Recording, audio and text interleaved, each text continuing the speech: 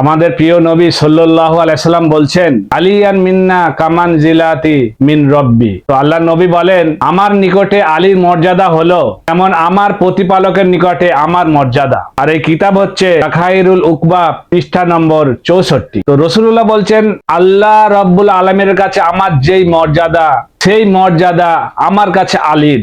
আর এই সব কিতাব হচ্ছে আমাদের আহলে সুন্নতের। কে যে মওলা আলীর এত ফজিলত আমাদের আহলে সুন্নাত মাওলানা কেন বলে না? এর লম্বা ইতিহাস আছে। মুআবিয়ার আমল থেকে শুরু হয়েছিল মওলা আলীকে গালি দেওয়ার। যেই মসজিদে দিনের কথা বলা হয়, দিন শেখানো হয়, জুম্মার দিনে যে মেম্বার থেকে খুতবা দেওয়া হয়, এই মেম্বার থেকে মওলা আলী আহলে বাইতের উপরে গালিগালাজ করা হতো।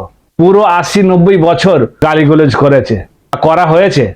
পুরো দুটো নসালের পেরেন্টকে ওয়াশ করা হয়েছে। আর এই গালিগালাজ বন্ধ করেছেন উমর বিন আজিজ, উনি বন্ধ করেন। আর এই গালিগুলি আমাদের আহলে সুন্নাতের কিতাব, সিয়াসিতার কিতাব, বুখারী, মুসলিম, তিরমিজি, আবু দাউদ সবেতে রয়েছে যে মওলা আলীর উপরে কিরকম সবসিতাম হতো, কিরকম গালিগালাজ করা হতো।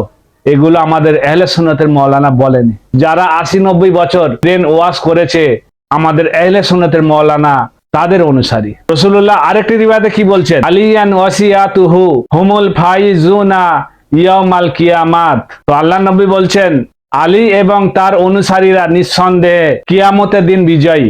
রাসূলুল্লাহ সাল্লাল্লাহু আলাইহি সাল্লাম কিয়ামতের দিনের জন্য ঘোষণা দিয়ে দিয়েছেন যে আলী এবং তার অনুসারীরা বিজয়ী কিয়ামতের দিনে, ওনারা জান্নাতি। আর এই কিতাব হচ্ছে আল ফিরদাউস, হাদিস নাম্বার 3172।